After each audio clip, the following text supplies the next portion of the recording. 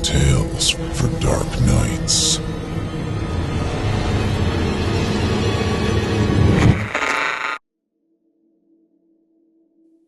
I have examined the maps of the city with the greatest care, yet have never again found the Rue d'Orsay. These maps have not been modern maps alone, for I know that names change. I have, on the contrary, delved deeply into all the antiquities of the place, and have personally explored every region, of whatever name, which could possibly answer to the street I knew as Rue d'Orsay. But despite all I have done, it remains an humiliating fact that I cannot find the house, the street, or even the locality where during the last months of my impoverished life as a student of metaphysics at the university, I heard the music of Erich Zann. That my memory is broken, I do not wonder, for my health, physical and mental, was gravely disturbed throughout the period of my residence in the Rue d'Orsay, and I recall that I took none of my few acquaintances there. But that I cannot find the place again is both singular and perplexing, for it was within a half-hour's walk of the university, and was distinguished by peculiarities which could hardly be forgotten by anyone who had been there. I have never met a person who has seen the Rue d'Orsay. The Rue d'Orsay lays across a dark river bordered by precipitous brick, blear-windowed warehouses, and spanned by a ponderous bridge of dark stone. It was always shadowy along that river, as if the smoke of neighboring factories shut out the sun perpetually. The river was also odorous with evil stenches which I have never smelled elsewhere, and which may someday help me find it, since I should recognize them at once. Beyond the bridge were narrow cobbled streets with rails, and then came the ascent, at first gradual, but incredibly steep as the Rue d'Orsay was reached. I have never seen another street as narrow and steep as the Rue d'Orsay. It was almost a cliff, closed to all vehicles, consisting in several places of flights of steps, and ending at the top in a lofty ivy wall. Its paving was irregular, sometimes stone slabs, sometimes cobblestones, and sometimes bare earth with struggling greenish-gray vegetation. The houses were tall, peak-roofed, incredibly old, and crazily leaning backward, forward, and sideways. Occasionally, an opposite pair, both leaning forward, almost met across the street like an arch, and certainly they kept most of the light from the ground below. There were a few overhead bridges from house to house across the street. The inhabitants of that street impressed me peculiarly. At first I thought it was because they were all silent and reticent, but later decided it was because they were all very old. I did not know how I came to live on such a street, but I was not myself when I moved there. I had been living in many poor places, always evicted for want of money, until at last I came upon that tottering house in the Rue d'Orsay, kept by the paralytic Blondeau. It was the third house from the top of the street and by far the tallest of them all. My room was on the 5th story, the only inhabited room there, since the house was almost empty. On the night I arrived, I heard strange music from the peaked garret overhead, and the next day asked old Blondeau about it. He told me it was an old German viol player, a strange dumb man who signed his name as Erich Zann, and who played evenings in a cheap theater orchestra. Adding that Zann's desire to play in the night after his return from the theater was the reason he had chosen this lofty and isolated garret room, whose single gable window was the only point on the street from which one could look over the terminating wall at the declivity and panorama beyond. Thereafter I heard Zann every night, and although he kept me awake, I was haunted by the weirdness of his music. Knowing little of the art myself, I was yet certain that none of his harmonies had any relation to music I had heard before, and concluded that he was a composer of highly original genius. The longer I listened, the more I was fascinated, until after a week I resolved to make the old man's acquaintance. One night, as he was returning from his work, I intercepted Zann in the hallway and told him that I would like to know him and be with him when he played. He was a small, lean, bent person, with shabby clothes, blue eyes, grotesque, satyr-like face, and nearly bald head, and at my first words seemed both angered and frightened. My obvious friendliness, however, finally melted him, and he grudgingly motioned to me to follow him up the dark, creaking, and rickety attic stairs. His room, one of only two in the steeply pitched garret, was on the west side, toward the high wall that formed the upper end of the street. Its size was very great and seemed the greater because of its extraordinary barrenness and neglect. Of furniture, there was only a narrow iron bedstead, a dingy washstand, a small table, a large bookcase, an iron music rack, and 3 old-fashioned chairs. Sheets of music were piled in disorder about the floor. The walls were of bare boards and had probably never known plaster, whilst the abundance of dust and cobwebs made the place seem more deserted than inhabited. Evidently, Erich Zann's world of beauty lay in some far cosmos of the imagination. Motioning me to sit down, the dumb man closed the door, turned the large wooden bolt, and lighted a candle to augment the one he had brought with him. He now removed his viol from its moth-eaten covering, and taking it, seated himself in the least uncomfortable of the chairs. He did not employ the music rack, but offering no choice, and playing from memory, enchanted me for over an hour with strains I had never heard before. Strains which must have been of his own devising. To describe their exact nature is impossible for one unversed in music. They were a kind of fugue with recurrent passages of the most captivating quality, but to me were notable for the absence of any of the weird notes I had overheard from my room below on other occasions. Those haunting notes I had remembered, and had often hummed and whistled inaccurately to myself. So, when the player at length laid down his bow, I asked him if he would render some of them. As I began my request, the wrinkled, satyr-like face lost the bored placidity it had possessed during the playing, and seemed to show the same curious mixture of anger and fright which I had noticed when first I accosted the old man. For a moment I was inclined to use persuasion, regarding rather lightly the whims of senility, and even tried to awaken my host's weirder mood by whistling a few of the strains to which I had listened the night before. But I did not pursue this course for more than a moment, for when the dumb musician recognized the whistled air, his face grew suddenly distorted, with an expression wholly beyond analysis, and his long, cold, bony right hand reached out to stop my mouth and silence the crude imitation. As he did this, he further demonstrated his eccentricity by casting a startled glance toward the lone curtained window, as if fearful of some intruder.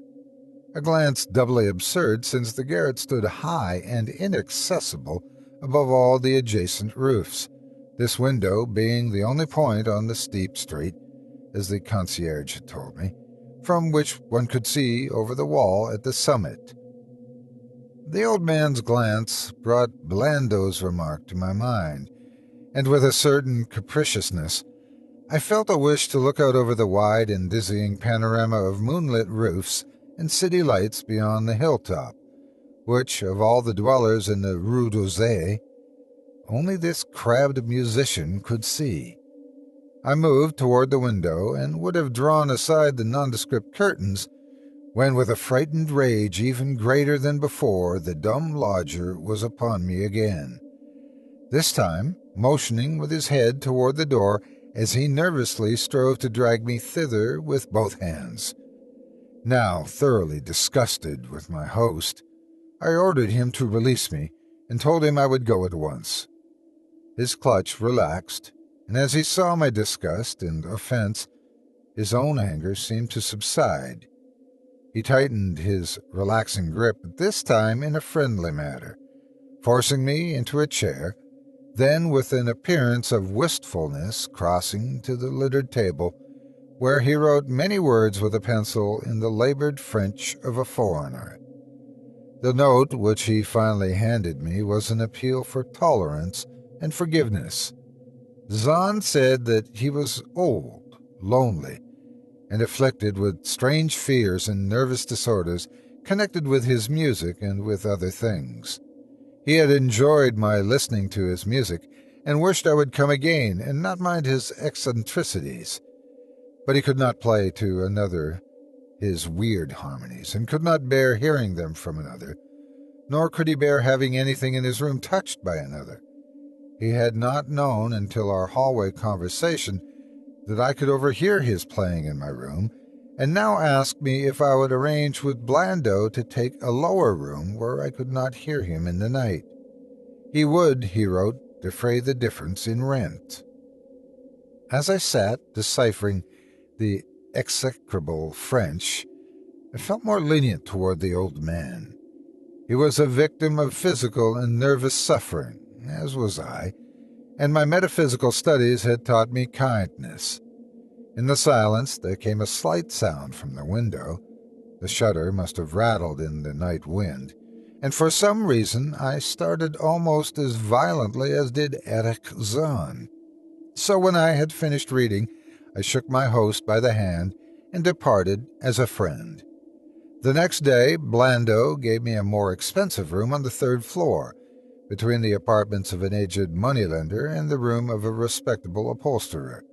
There was no one on the fourth floor. It was not long before I found that Zann's eagerness for my company was not as great as it had seemed while he was persuading me to move down from the fifth story. He did not ask me to call on him, and when I did call, he appeared uneasy and played listlessly. This was always at night. In the day he slept and would admit no one. My liking for him did not grow, though the attic room and the weird music seemed to hold an odd fascination for me. I had a curious desire to look out that window, over the wall, and down the unseen slope of the glittering roofs and spires which must lie outspread there. Once I went up to the garret during theater hours, when Zann was away, but the door was locked. What I did succeed in doing was to overhear the nocturnal playing of the dumb old man. At first, I would tiptoe up to my old fifth floor. Then I grew bold enough to climb the last creaking staircase to the peaked garret. There, in the narrow hall, outside the bolted door with a covered keyhole, I often heard sounds which filled me with an indefinable dread, the dread of vague wonder and brooding mystery. It was not that the sounds were hideous, for they were not, but that they held vibrations suggesting nothing on this globe of earth, and that at certain intervals they assumed a symphonic quality, which I could hardly conceive as produced by one player. Certainly, Erich Zann was a genius of wild power. As the weeks passed, the playing grew wilder, whilst the old musician acquired an increasing haggardness and furtiveness pitiful to behold. He now refused to admit me at any time and shunned me whenever we met on the stairs. Then, one night, as I listened at the door, I heard the shrieking viol swell with a chaotic babble of sound, a pandemonium which would have led me to doubt my own shaking sanity, had there not come from behind that barred portal a piteous proof that the horror was real, the awful, inarticulate cry which only a mute can utter, and which rises only in moments of the most terrible fear or anguish. I knocked repeatedly at the door, but received no response. Afterward, I waited in the black hallway, shivering with cold and fear, till I heard the poor musician's feeble effort to rise from the floor by the aid of a chair. Believing him just conscious after a fainting fit, I renewed my rapping, at the same time calling out my name reassuringly. I heard Zann stumble to the window and close both shutter and sash, then stumble to the floor, which he falteringly unfastened to admit me. This time, his delight at having me present was real, for his distorted face gleamed with relief when he clutched at my coat as a child clutches at its mother's skirts. Shaking pathetically, the old man forced me into a chair whilst he sank into another, beside which his viol and bowl lay carelessly on the floor. He sat for some time, inactive, nodding oddly, but having a paradoxical suggestion of intense and frightened listening. Subsequently, he seemed to be satisfied, and crossing to a chair by the table, wrote a brief note, handed it to me, and returned to the table, where he began to write rapidly and incessantly. The note implored me, in the name of mercy, and for the sake of my own curiosity, to wait where I was while he prepared a full account in German of all the marvels and terrors which beset him. I waited, and the dumb man's pencil flew. It was perhaps an hour later, while I still waited and while the old musician's feverishly written sheets still continued to pile up, that I saw Zann start as from the hint of a horrible shock. Unmistakably, he was looking at the curtained window and listening shudderingly. Then I half fancied I heard a sound myself, though it was not a horrible sound, but rather an exquisitely low and infinitely distant musical note, suggesting a player in one of the neighboring houses, or in some abode above the lofty wall over which I had never been able to look. Upon Zann, the effect was terrible, for dropping his pencil, suddenly he rose, seized his viol, and commenced to rend the night with the wildest playing I had ever heard from his bow, save when listening at the barred door. It would be useless to describe the playing of Erich Zann on that dreadful night. It was more horrible than anything I had ever overheard, because I could now see the expression of his face, and could realize that this time the motive was stark fear. He was trying to make a noise, to ward something off or drown something out. What, I could not imagine, awesome though I felt it must be. The playing grew fantastic, delirious, and hysterical, yet kept to the last the qualities of supreme genius which I knew this strange old man possessed. I recognized the air. It was the wild Hungarian dance, popular in the theaters. And I reflected for a moment that this was the first time I had ever heard Zann play the work of another composer. Louder and louder, wilder and wilder, mounted the shrieking and whining of that desperate viol. The player was dripping with an uncanny perspiration and twisted like a monkey, always looking frantically at the curtained window. In his frenzied strains I could almost see shadowy satyrs and bacchanals dancing and whirling insanely through seething abysses of clouds and smoke and lightning. And then I thought I heard a shriller, steadier note that was not from the viol, a calm, deliberate, purposeful, mocking note from far away in the west.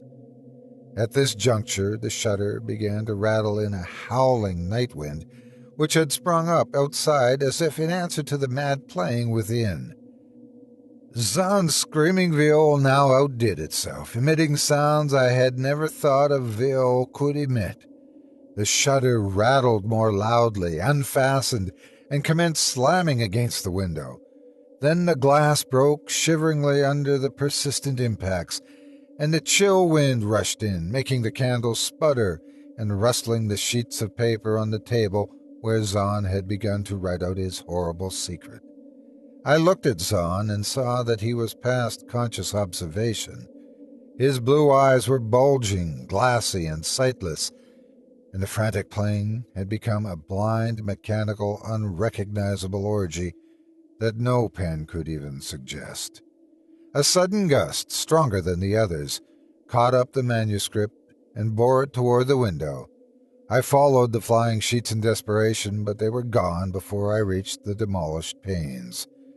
Then I remembered my old wish to gaze from this window, the only window in the Rue d'Orsay, from which one might see the slope beyond the wall and the city outspread beneath. It was very dark, but the city's lights always burned, and I expected to see them there amidst the rain and wind. Yet, when I looked from that highest of all gable windows, looked while the candle sputtered and the insane viol howled with the night wind, I saw no city spread below, and no friendly lights gleaming from remembered streets, but only the blackness of space, illimitable, unimagined space alive with motion and music, and having no semblance to anything on earth. And as I stood there looking in terror, the wind blew out the candles in that ancient peaked garret, leaving me in savage and impenetrable darkness, with chaos and pandemonium before me, and the demon madness of that night-baying viol behind me.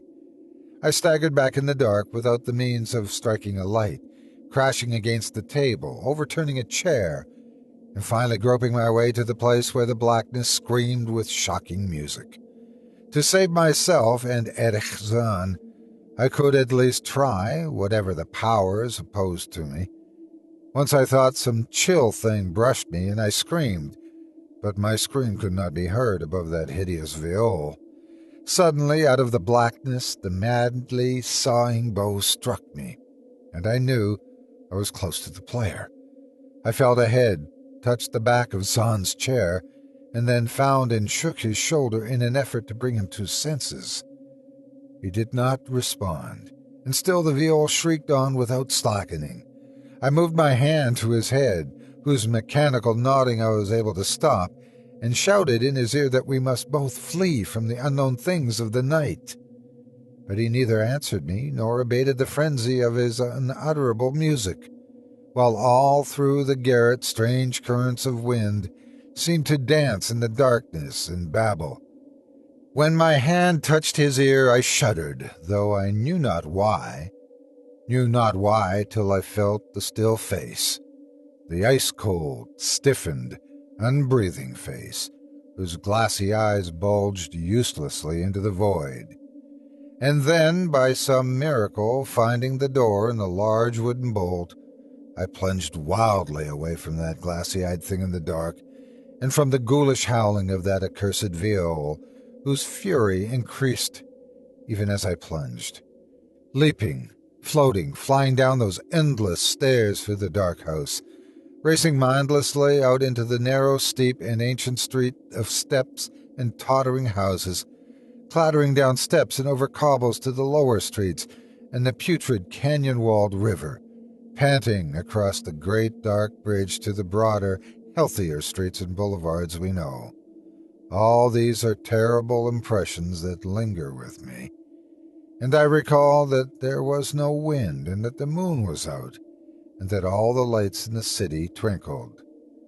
Despite my most careful searches and investigations, I have never since been able to find the Rue d'Orsay, but I am not wholly sorry, either for this or for the loss in undreamable abysses of the closely written sheets which alone could have explained the music of Erich Zann.